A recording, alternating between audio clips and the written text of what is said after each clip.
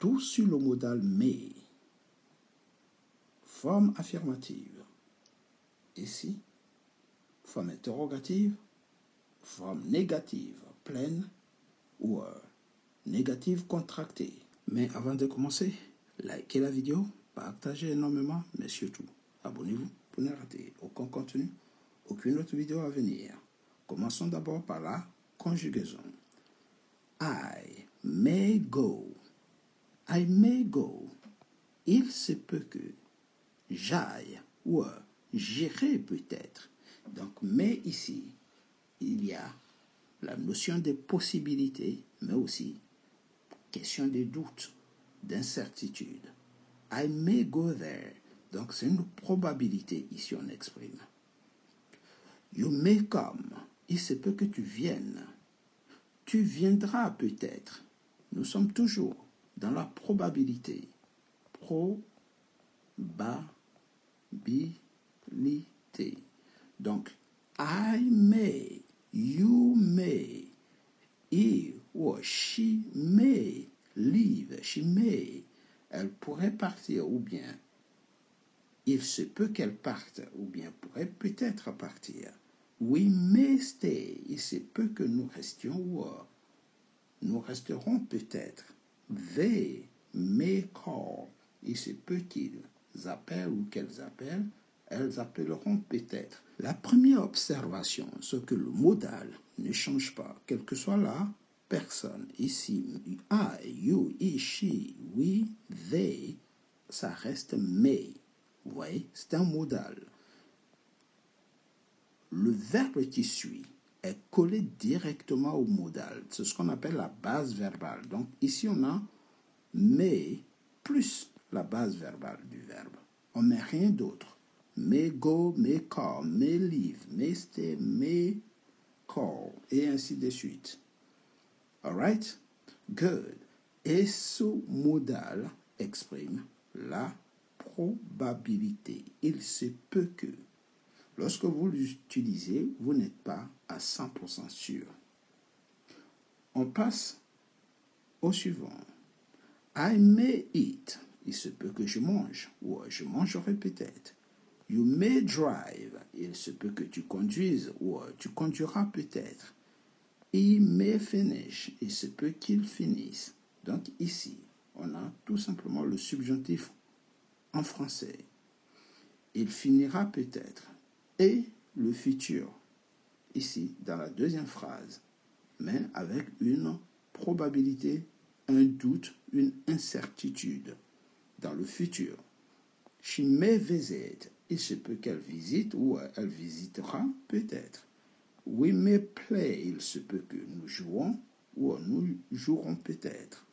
They may find. Il se peut qu'ils trouvent ou ils trouveront peut-être.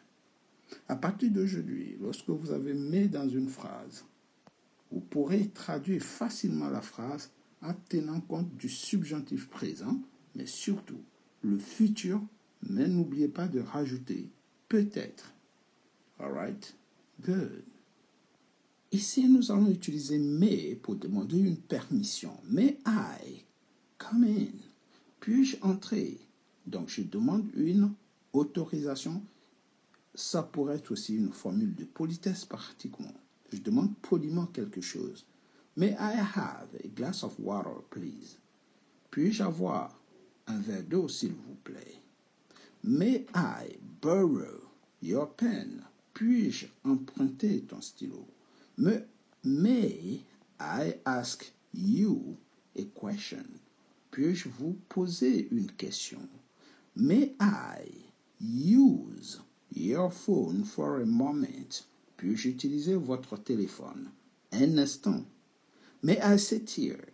Puis-je m'asseoir ici? Je demande l'autorisation. May I join you? Puis-je me joindre à vous? May I take a look at that document? Puis-je jeter un œil sur ce document, à ce document? May I leave now? Puis-je partir maintenant? May I have your attention, please? May I have your attention, please? Sorry. Puis-je avoir votre attention, s'il vous plaît?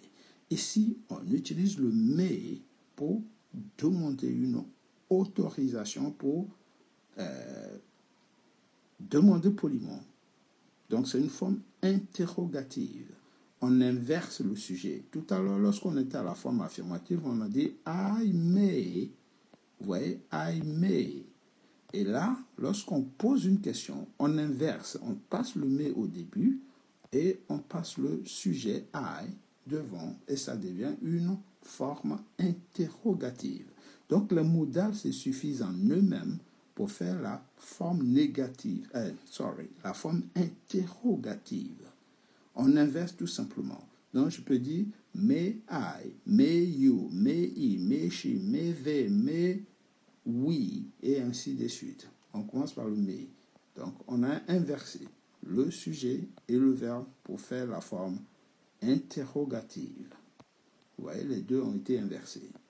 Maintenant, nous allons voir la forme négative. Mais comme toujours, si vous aimez cette petite explication, likez la vidéo, partagez à vos proches, à vos amis, à vos enfants, collégiens, lycéens, aidez-les à améliorer tout simplement leur niveau d'anglais avec une petite explication grammaticale.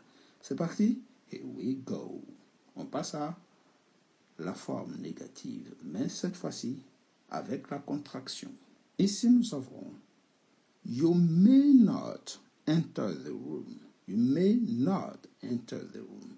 La forme contractée, ça donne mayn't. You mayn't enter the room. Tu ne peux pas entrer dans la pièce. You mayn't enter the room. All right? You may not do that. Tu ne peux pas entrer dans la pièce.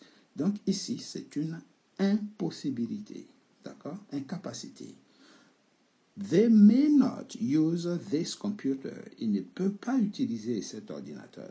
They mayn't use this computer. They mayn't use it.